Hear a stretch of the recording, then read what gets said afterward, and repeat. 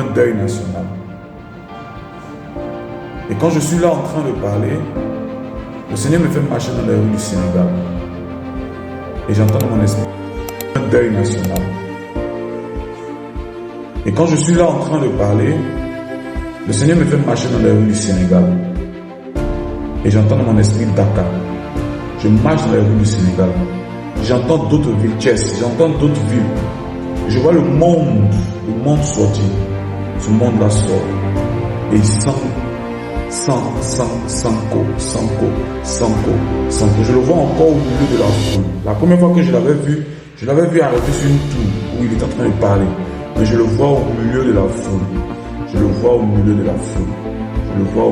foule. Prions. Et on ouvre ce journal au Sénégal et le grand meeting organisé par Ousmane Sonko à Dakar devant des dizaines de milliers de personnes. Le Premier ministre a déclaré vouloir poursuivre pour haute trahison l'ancien président Macky Sall qu'il juge responsable de la dette cachée découverte l'an dernier. Un peu plus tôt dans la journée de samedi, des membres de l'opposition ont tenté de manifester contre le gouvernement malgré une interdiction. Plusieurs personnes ont été arrêtées. On fait le point avec notre correspondant à Dakar, Eliman Dao. Le parking du stade Léopold Sédar Senghor en banlieue de Dakar, noire demande, une foule immense à perte de vue a répondu à l'appel du Premier ministre sénégalais et président du PASTEF, le parti au pouvoir, une sorte de démonstration de force du PASTEF 18 mois après son arrivée au pouvoir. Lorsqu'il a pris la parole, Ousmane Sonko a été incisif, notamment à l'encontre du régime sortant. Ousmane Sonko a même préconisé de dissoudre l'APR, le parti de l'ancien président Macky Sall.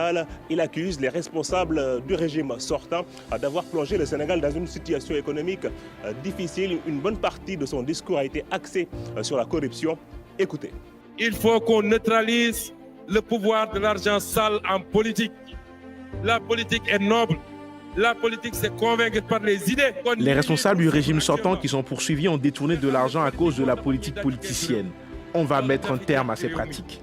L'opposition voulait également organiser un rassemblement ce samedi pour dénoncer entre autres la cherté du coût de la vie et réclamer la libération des détenus dits politiques. Un rassemblement qui a été interdit et dispersé par la police. Je vous propose d'écouter ces manifestants. La cherté de la vie, le chômage des jeunes.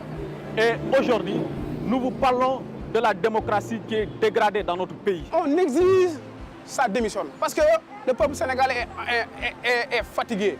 Il faudrait préciser que ces événements politiques n'ont aucun lien avec une échéance électorale. Les prochaines élections au Sénégal auront lieu en 2027. Ce seront les élections municipales.